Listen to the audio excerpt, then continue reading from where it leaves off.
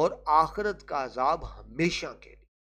تو یہ کوئی عقل نہیں مانتی کہ چند دنوں کے لطف کے لیے، چند دنوں کے مزے کے لیے ہمیشہ کے لیے عذاب میں ڈال دیا جائے، لہٰذا وہ برے کاموں سے بچا رہے۔ تو یوں بیٹا ایک مسلمان پر، مسلمان کی زندگی پر عقیدہ آخرت کے بہت ہی گہرے اثرات مرتب ہوتے ہیں، بہت اچھے اور خوشگوار اثرات ہوتے ہیں، جن میں سے ہم چند کو دیکھیں کہ جی سب سے پہلی بات دیکھیں، نیکی سے رغبت اور بدی سے۔ جب انسان جانتا ہے کہ نیکی پہ اس کو پورا پورا صلہ ملنا ہے اور وہ اجر ملنا ہے جو ہمیشہ جاری رہے گا، اور برے کام پر سزا ملنی ہے اور سزا بھی ایسی جو ہمیشہ کے لیے ملتی رہے گی، جس کا خاتمہ کوئی نہیں ہے، پھر کیا ہوتا ہے؟ دل میں نیکی کی رغبت اٹریکشن، کشش پیدا ہوتی ہے، اور برائی سے نفرت پیدا ہو جاتی ہے۔ جو آخرت پہ یقین رکھتا ہے، ٹھیک ہے جی، وہ ظاہری طور پر بھی اور پوشیدہ طور پہ برا کام نہیں کرے گا۔ وہ جانتا ہے کہ اللہ ظاہر کو بھی جانتا ہے، اللہ پوشیدہ چھپے ہوئے کو بھی جانتا ہے۔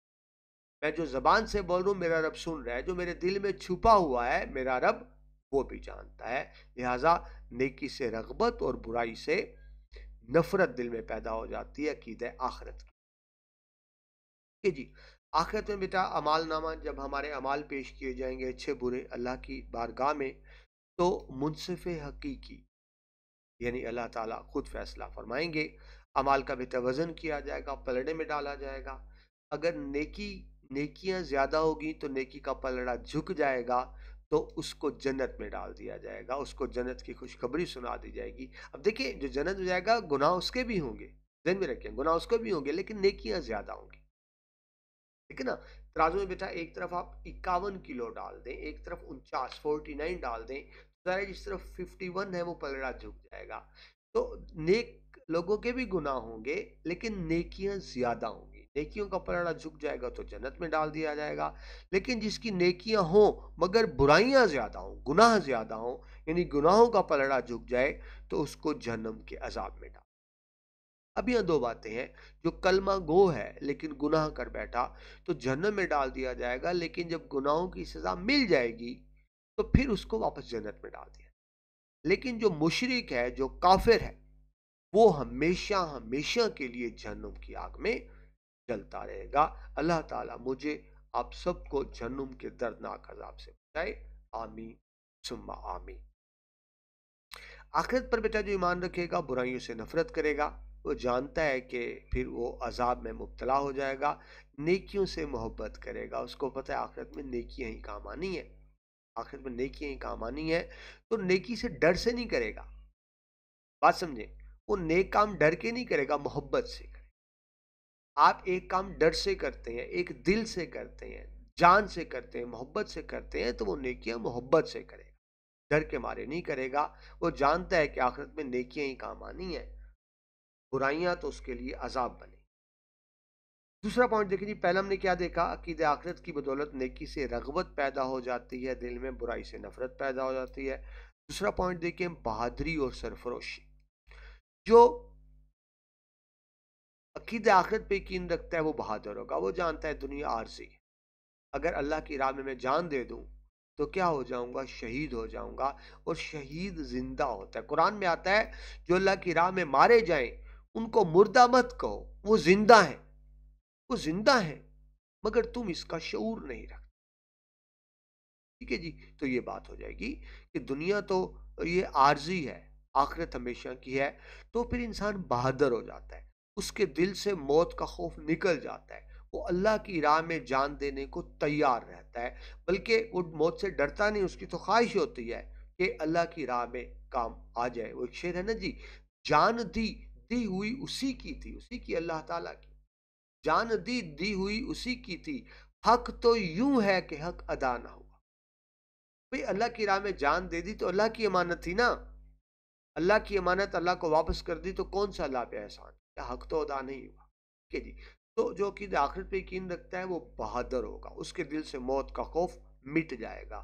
وہ جانتا ہے کہ وہ اللہ کی راہ میں شہید ہو گیا تو اس عارضی زندگی کے بدلے میں ہمیشہ کی زندگی لے لے گا، ہمیشہ کے لیے جنت میں رہے گا۔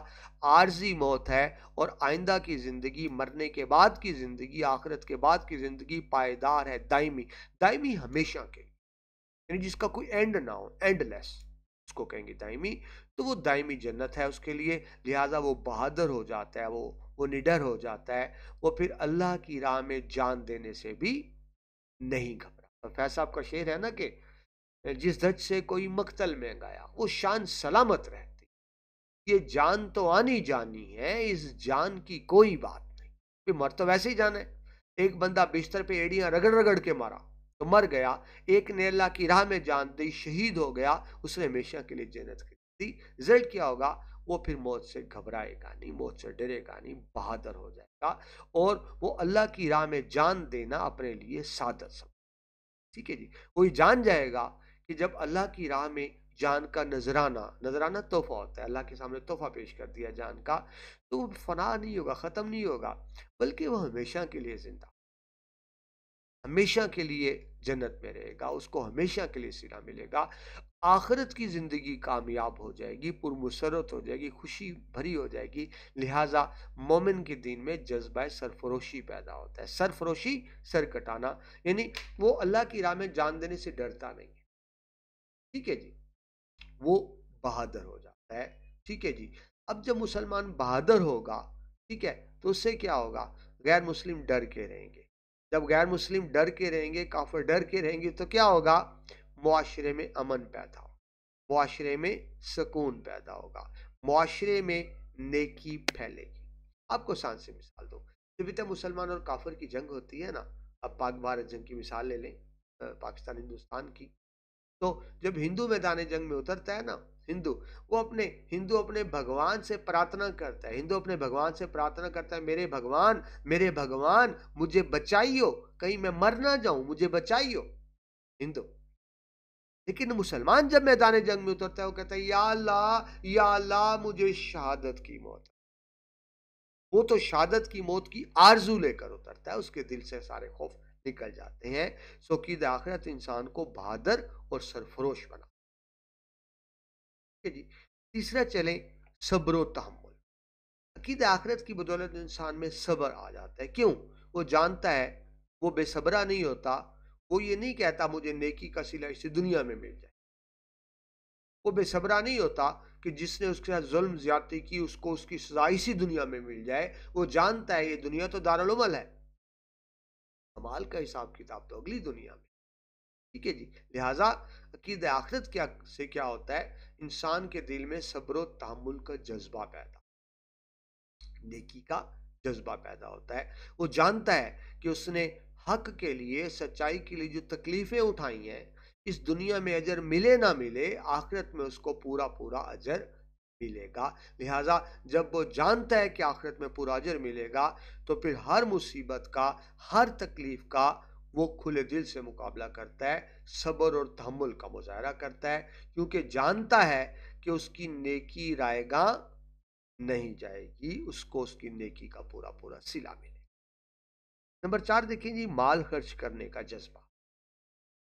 جو اللہ کا نیک بندہ ہوتا ہے وہ اللہ کی راہ میں خرچ کرتا ہے، کیونکہ وہ جانتا ہے جو اللہ کی راہ میں دے گا اللہ تعالیٰ کئی گنا کر کے اس کو اس دنیا میں بھی لوٹائے گا اور آخرت میں بھی۔ اللہ کی راہ میں خرچ کرے گا، اس دنیا میں بھی اللہ اسے کئی گنا زیادہ کر کے واپس کرے گا، اور آخرت میں بھی اس کو اس کا حصہ ملے گا۔ لہٰذا دل میں جذبہ پیدا ہوتا ہے کہ اصل زندگی تو آخرت کی ہے، یہ دنیا تو عارضی ہے، 4 دن کی ہے، اس دنیا میں دل نہیں لگا، اس دنیا میں دل نہیں لگانا، اس دنیا کی اہمیت کوئی نہیں۔ لہٰذا مسلمان جتنا زیادہ دولت مند ہوتا چلا جاتا ہے وہ اتنا ہی سخاوت سخی ہونا، دینا، اللہ کی راہ میں دینا، سخاوت، پیاز بھی سخی کو کہتے ہیں، مظاہرہ کرتا ہے، یعنی جو دولت آتی چلی جاتی ہے اس کی سخاوت بڑھتی چلی جاتی ہے، اس کی فیاضی بڑھتی چلی جاتی ہے، کیونکہ وہ جانتا ہے کہ اللہ تعالیٰ نے دی ہے، اور اگر اس کو میں اللہ کی راہ میں خرچ کروں گا تو میری دولت میں کمی نہیں ہوگی، میرے دولت میں اور اضافہ ہوگا، دنیا میں بھی دولت بڑھے گی اور آخرت میں بھی اس کا پورا پورا اجر بھی۔ کہ جی اللہ فرماتے ہیں کہ اگر تم مالی مسائل کا شکار ہو تو اللہ کی راہ میں خرچ کرو، لیکن اب میرے پاس میرے پاس پہلے ہی پیسے تھوڑے ہیں، میں غربت کا شکار ہوں، میں اللہ کی راہ میں دوں گا اور تھوڑے ہو جائیں گے، وہ تو اور تھوڑے جائیں گے، عقل تو ہی مانتے تھوڑے ہو جائیں گے، لیکن اللہ قرآن میں فرماتے نہیں تھوڑے نہیں ہو جائیں گے، بڑھ جائیں گے، کیونکہ جب اللہ کی راہ میں دیتے ہیں تو کوئی گناہ زیادہ ہو کر ہمیں وہ واپس ملتا ہے، ہماری آخرت کی زندگی سنور جاتی ہے۔ لہٰذا جو کہ آخرت کو مانتا ہے وہ اللہ کی راہ میں کھل کر خرچ کرے گا، اس سے درے نہیں کرے گا، مال بچائے گا نہیں، جہاں تک ہو سکے گا اللہ کی راہ میں خرچ کرے۔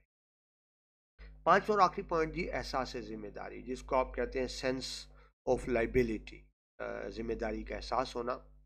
جو آخرت پہ یقین رکھتا ہے اس میں احساس ذمہ داری ہو، کیونکہ وہ جانتا ہے کہ اگر آج اس نے کوئی غلط کام کیا، جرم کیا، گناہ کیا، شاید دنیا کو دھوکہ دے لے، شاید دنیا کی نظروں سے بچ جائے، لیکن آخرت میں نہیں بچ سکے، آخرت میں نہیں بچ سکے گا، اس کو آخرت میں سزا ملے گی۔ لہٰذا وہ کیا کرے گا؟ وہ پوری ذمہ داری کے ساتھ اپنے فرائض انجام دے گا، کیونکہ وہ جانتا ہے کہ یہاں کے اعمال یہیں پہ ختم نہیں ہو جائیں گے، ان کا ایک دن اور بھی ہے، ڈے آف ججمنٹ، جہاں ان سب چیزوں کا فیصلہ ہوگا، اور نیک کار کو ہمیشہ کے لیے جنت، برے کو ہمیشہ جی۔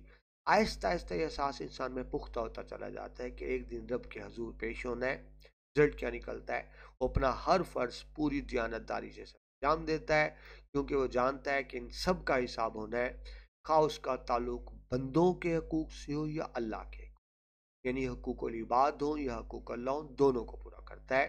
یہی ذمہ داری مسلمانوں کا ترہ امتیاز کہتے ہیں شناخت، یعنی ایک مسلمان کی شناخت اسی بات سے ہوتی ہے کہ وہ حقوق اللہ بھی ادا کرتا ہے، وہ حقوق العباد بھی ادا کرتا ہے، نیکی کو خوشی سے کرتا ہے، نیکی کو محبت سے کرتا ہے، وہ ہر ایسا کام کرتا ہے کہ اس کا رب اس سے راضی ہو جائے، وہ ہر اس کام سے بچتا ہے، کہ اس کا رب اس سے ناراض نہ ہو جائے۔ اللہ تعالیٰ مجھے، آپ کو، ہم سب کو اسلامی تعلیمات سمجھیں، قرآنی تعلیمات سمجھنے، اس کے مطابق عمل کرنے کی توفیق عطا فرمائے، کہ جب قیامت کے دن ہم اللہ کے حضور پیش ہوں تو ہم اس صف میں ہوں جن پر اللہ کا انعام ہوا، نہ کہ اس صف میں ہوں جس پہ اللہ تعالیٰ کا غضب نازل ہوا۔ اللہ تعالیٰ مجھ پہ، آپ پر، ہم سب پہ رحمت نازل ہوں، آمین۔